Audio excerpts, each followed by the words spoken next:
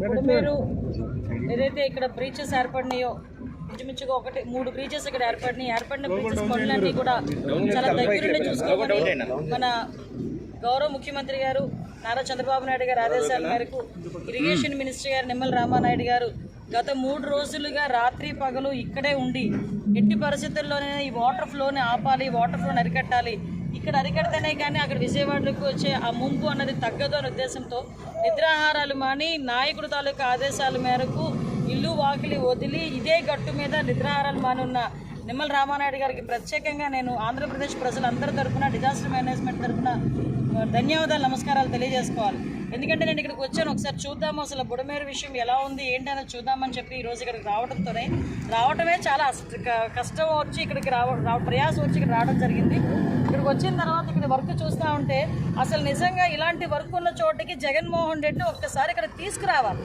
ఎందుకంటే బుడమేరు అంటే ఒక నది, బుడమేరు గేట్లు ఎత్తాడు, బుడమేరు అంటే ఏంటో కూడా తెలియని వ్యక్తి సీఎం అయిపోయి 5 సంవత్సరాలు ప్రజల తాలూకా కష్ట నష్టాలని పక్కన పెట్టి సుమారుగా 5 సంవత్సరాలు కూడా తన లాభాపేక్ష గురించి పరిపాలించిన వ్యక్తి ఈరోజు బయటకు వచ్చి నోటికొచ్చినట్టు మాట్లాడుతూ ఉంటే మళ్ళీ పైగా ప్రజలందరినీ భయభ్రాంతులకు గురి చేయడం, ఏదో బుడమేరు లెవెల్ పెరిగిపోయింది మళ్ళీ వాటర్ అంతా కూడా విజయవాడ మీదకి వచ్చేస్తుందట, ఇలాగట అలాగంటే సాక్షిలోని నోటుకొచ్చినట్టు రాయటం.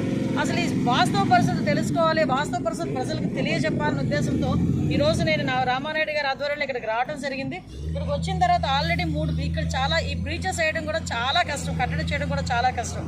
ఎందుకంటే మొత్తం లూజ్ సాయిల్, ఈ లూజ్ సాయిల్ మీద వెహికల్స్ రావడం కూడా చాలా కష్టమైన పరిస్థితుల్లో ఎట్టి పరిస్థితుల్లోనే కూడా ఇటువైపు అక్కడ బ్రీచ్ క్లోజ్ చేయాలనే ఉద్దేశంతో ఒక బ్రీచ్ ఆల్రెడీ క్లోజ్ చేసి సక్సెస్ఫుల్గా పూర్తి చేయడం, ఈరోజు ఈవినింగ్ కల్లా మళ్ళీ 2వ బ్రిడ్జ్ పూర్తి చేయడానికి సమాయత్తం అవ్వడం, 3వ బ్రిడ్జ్ కూడా పూర్తి చేసి ఈరోజు నేను ఇక్కడ నుంచి కదులుతానని చెప్పి ఇరిగేషన్ మినిస్టర్ గారు కానీ అధికారులందరూ కూడా దీంట్లో సమాయత్తం అవ్వడం, ఇవన్నీ చూస్తూ ఉంటే చంద్రబాబు నాయుడు గారి తాలూకా చిత్తశుద్ధి, ఎన్డీఏ తాలూకా చిత్తశుద్ధి కనిపిస్తూ ఉంది ఈరోజు. ఎందుకంటే ఈరోజు చాలామంది బయటకు వచ్చి ఓర్వలేక మాట్లాడే వాళ్ళు చాలామంది ఉంటారు.